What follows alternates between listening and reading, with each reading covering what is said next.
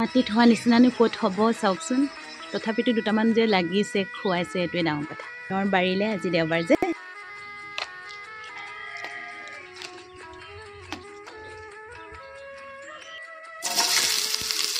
এটা কিউট জলকীয়া সুস্মিতাই দিছিলে, সেই লগতে দি দিম।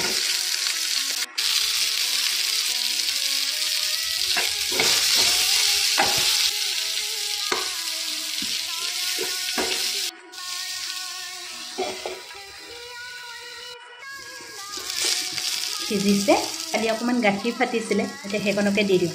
কাৰণ মই ভাতকেৰে খাওঁ, এতিয়া এইটো দি দিলে অলপমান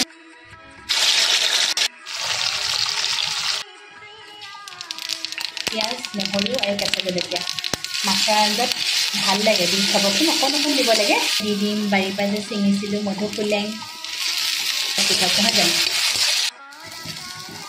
অকণমান নিমখ অকণমান দিছোঁ এই টেঙাকণৰ কাৰণে, কাৰণ মই হেৰি কৰিয়ে থৈছোঁ, কচুত মানে দিছিলোঁ নহয় সিজিবলৈ।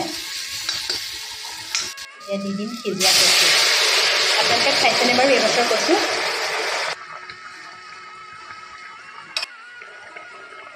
যিহেতু পানী উতলিয়ে আছিলে, মাছ দি দিছোঁ।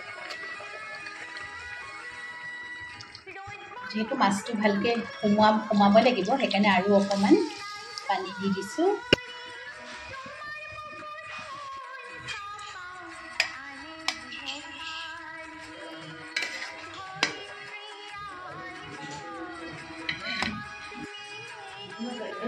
ঘৰৰ নেমু আৰু এয়া জলকীয়া।